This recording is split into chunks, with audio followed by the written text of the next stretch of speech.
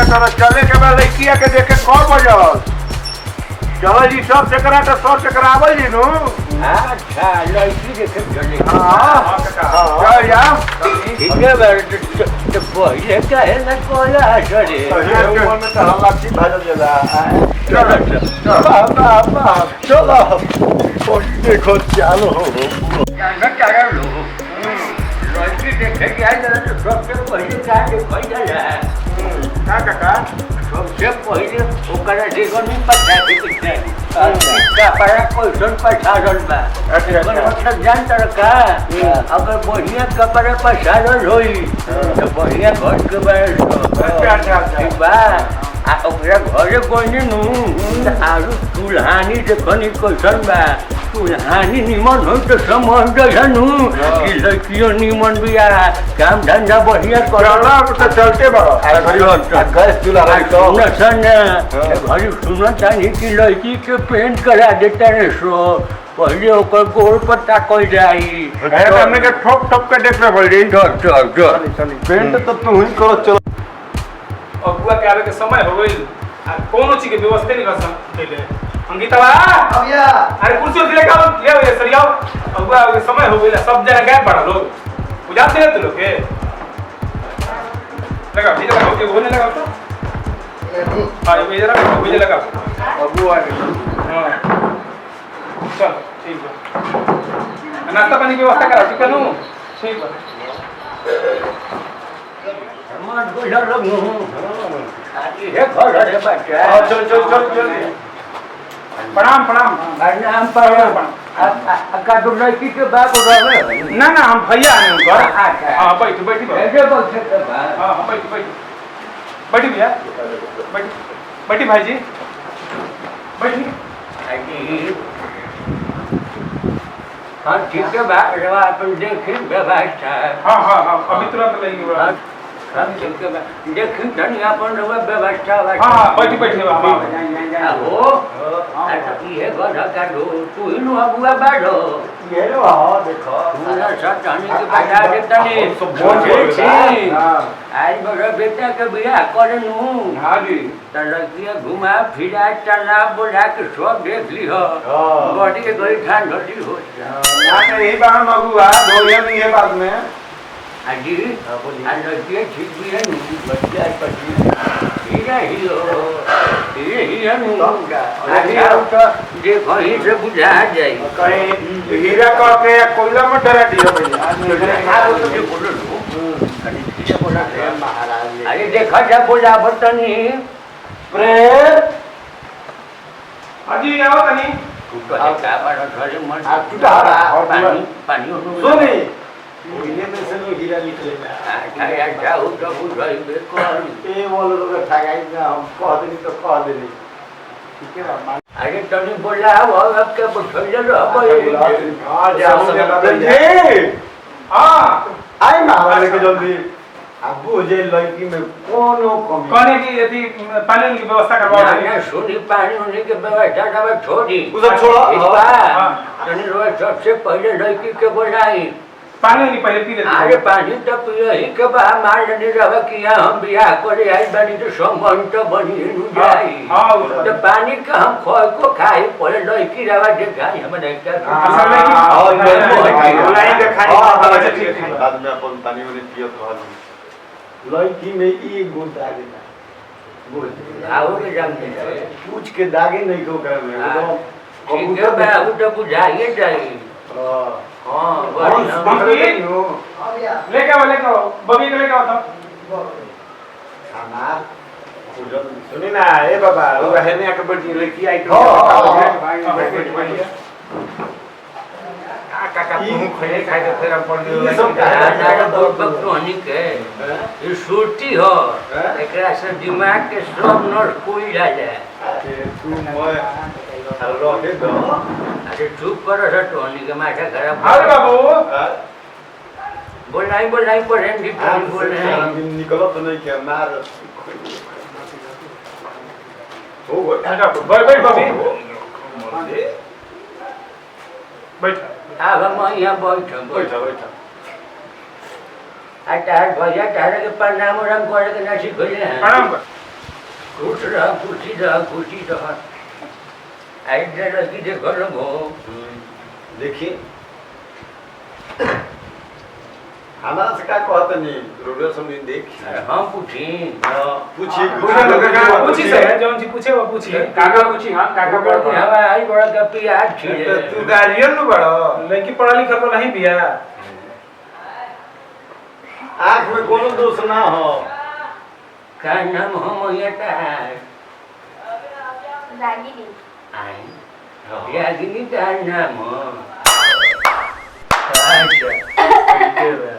अरे उसका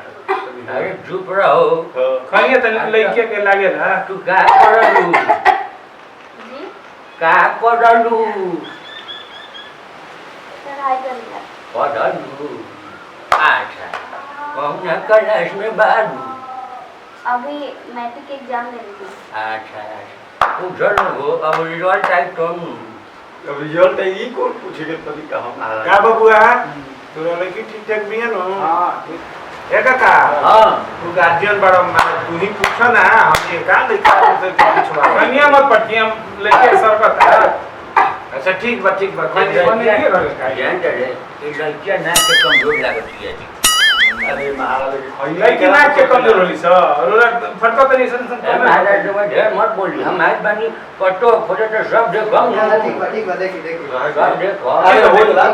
खड़ा हो तो बबी खड़ा हो जाओ खड़ा हो जाओ लड़कियां बड़ा छोट बुझा गया हमने के बबुआ बड़े नाम बा हमने के बबुआ बड़े ढेर नाम ठीक है ई डंडा से ना बोल ठीक है अरे तो है जा के इंची देव लेके आई बड़ी चलो देखा तो नहीं हो यार कितना लिखा अरे लेके छोड़ दिएगा ऊपर रहिए हम क्या ना लड़के लड़की क्या दी बबी कर दिए महाराज अरे हम या ना करो अच्छा होला अपना होला बोला काका ये मारे मतलब बात हो नहीं लड़की के डंडा से ना पड़ेगा जाए दोनों यही में सब दृष्टि बन रही है सही एक काम कोडी रहुआ एगो इंची टेप लेके आई हम ना अपने भीरू लड़की के देखला तो नहीं बुझा कितना लंबा बिया एक तो देखन या ना बुझा हमने आप प्रेम जी रे बोलछी ना पीरू रे अरे चल मैया आउ तारा काका सिलाई उलाई करे आवेला बताओ सिलाई आवेला पढ़ाई कढ़ाई क्या हो रहा है कराही कढ़ाई उलाई तू ना मांगलू सिलाई बाबा कहत नहीं आवेला पढ़ाई ना ये आवेला भाई लड़कियां लजास में बहुत टप रोला बुझात नहीं के पहले जमाने का रहनी उ लोग समझी लो कढ़ाई जोन की कपड़ा पर कढ़ाई कोई ले बुझाता अरे रोहे अरे बोलछी मत खया अरे बोलछी जय बजट कर कह तो नहीं रहा ये झट बिया को अरे होला ना होला तू बिया हवा कटवाइबा का हम काहे कटवा पानी एगो त खा तर डंटा सुना पत अरे देख लड़किया से पूछ पूछी रो रे ना पूछी। पूछी देख के बेटा के बियाह कर जाई बड़ो हां मान निमन पटो तारा घरे ना जाई तो बुढ़ारी में तारा बड़ा दिक्कत छोटी देखा हमार पटो निमन बड़े बुझा तक बुढ़ारियों में शर्मा अच्छा का तनी गोड़ो हथवा देख ल तनी लंगो नहीं के नु तनी हाथवा तनी खड़ा हो तो बबी खड़ा हो फिर से दो माने खाली खड़ा करो नहीं आता ना वो बुझाइल ह कि भाई बियाह करे पर तो कर दो अरे खड़ा हो खड़ा हो अभी खड़ा हो तनी दूसरा देख छोड़ो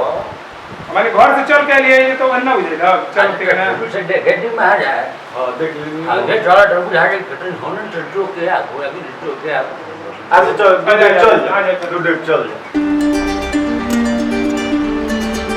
अरे महाराज के तू काहे तारा कोई छी रोगा है धीरे से ये बुढ़ाटा की गोरवा से गोबर दिया छुटुली लड़की तो मतिया रौला तो मत नहीं लड़की के बात नहीं महाराज हूँ चुकती है लड़किया छोट छोट काला कर अरे सुनी ऊंच खाल बा माटी के नु हो ऐसे तो बबी कने तो अपना नाम इंग्लिश में बताओ तो इंग्लिश में बता दो इंग्लिश तो खट खट बोले इंग्लिश में बोला अरे बैठ जाओ ना ना खड़े रहो कह दो माय नेम इज रागिनी कश्यप और देखो जी बताओ तो अरे रोड मत देख सुशील सिंह भी अरे महाराज के कोई छी रो ना लड़किया है लड़के पढ़ा लिखल नहीं है का अभी मैट्रिक के परीक्षा दे के लियो अच्छा तो बोले दो बोल बबी ते ही बोल My name is Rashmi. अच्छा अहो एको एगो अखिया छोट का टपक टपक दी होता तू ही चश्मा लगे बड़ा तहरे टपक टपक गिरता तू अनहर बड़ा भाई हले पे रोहित ने क्या अगर व्यवहार अरे हम जा के हर चीज में कमी है लोग का ओइ छे अरे रह दी खोई वो हटानी के खइए ना खियाई मुंह में डाली नहीं आके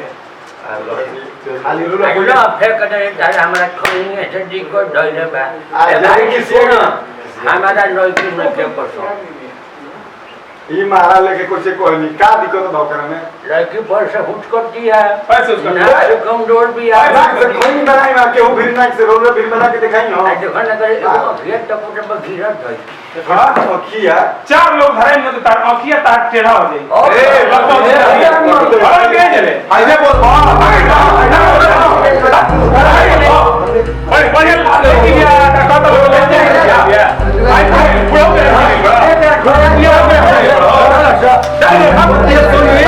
पूरा पे कुछ नहीं देखिए हमको देखिए अपने गाड़ी मत बचियाइए आप लड़की वाले अबुआ तू बारा की बनो अरे तो दादा का अपन निकल के बनो तू अपन ले ए दिखा दे जा नहीं करके अब वही कर रहा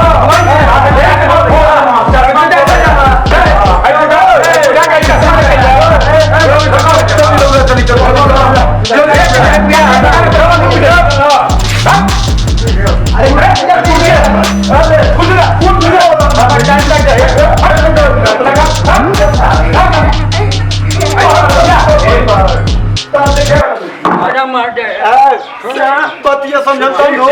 अब बेइज्जत करा देला वो ये करावता पानियों का पूछला खो जाला नाटक पानी नहीं आया ना तू ही बत्ती पान पियो अरे अगुआ के रोज मारे 4 लाख मारे वाला काम कर बड़ा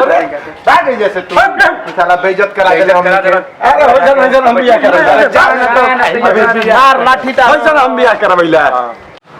जी नमस्कार प्रणाम हम प्रेम गुंजन रउरा तमाम भोजपुरी श्रोता समाज के प्रणाम करतनी और हमने के वीडियो बनेनी है गांव देहात में जिससे लड़की देखते निजालन तो बहुत सारा ऐसा लड़का वाला पार्टी होला जो कि यहाँ लेखा बिगड़ा होला जी नमस्कार प्रणाम हम मनोज मित यादव आप सबके प्रणाम करतनी यहाँ के सही कनी यहाँ बहुत जगह ऐसा घटना होला लेकिन जैसे करला ओकरा से नहीं हो रहा बाकी भाई केहू के लड़की है केहू की इज्जत है एक तरह के मत करी सब है धन्यवाद आगे रागिनी जी कुछ कह दी रहू बहुत बहुत नमस्कार प्रणाम हमें रागिनी कश्यप रवा लोग के हमनी के टॉपिक कैसन लगल रवा लोग कमेंट करके बताएं चैनल सब्सक्राइब करी शेयर करी लाइक करी बेल आइकन जरूर प्रेस करें हमनी के वीडियो रवा लोग भी जल्द से जल्द पहुंचे और चैनल का नाम अच्छा हमनी के सोलंकी इंटरटेनमेंट कंपनी के मालिक सुशील भैया जी। उपस्थित बानी रोवा कुछ कह दी एक बार ताली में बजाइए हम मतने कहम